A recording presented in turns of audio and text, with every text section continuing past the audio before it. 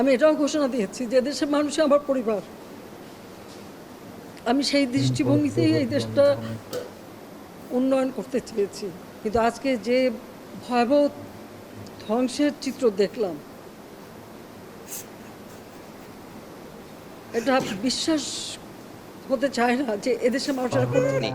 আপনাদের কষ্ট লাঘব করতে চেয়েছিলাম, তা আমি আপনাদেরকেই বলবো যে এই কষ্ট আমি লাঘব করতে চেয়েছি। এই কষ্ট আবার যারা সৃষ্টি করলো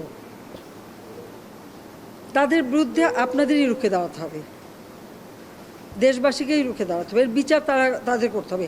আমি তাদের কাছেই বিচার চাই, কারণ আমাদের প্রত্যেকে এই যে মন্ত্রণালয়ের যারা এবং এই মেট্রো রেল নির্মাণ কার্যের সাথে যারা জড়িত, তাদের আজকে চোখে পানি পড়ছে এটা দেখে। ওই এক দফা পরে আসলে 4 দফা, তারপর আসলো 6 দফা, তারপর আসলো 8 দফা, তারপর আবার 4 দফা, আবার ওই 4 দফাও হবে না, আরও 8 দফা।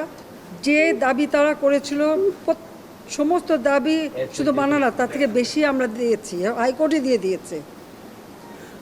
তারপরেও কিন্তু এখন থামেনি। কেন থামেনি?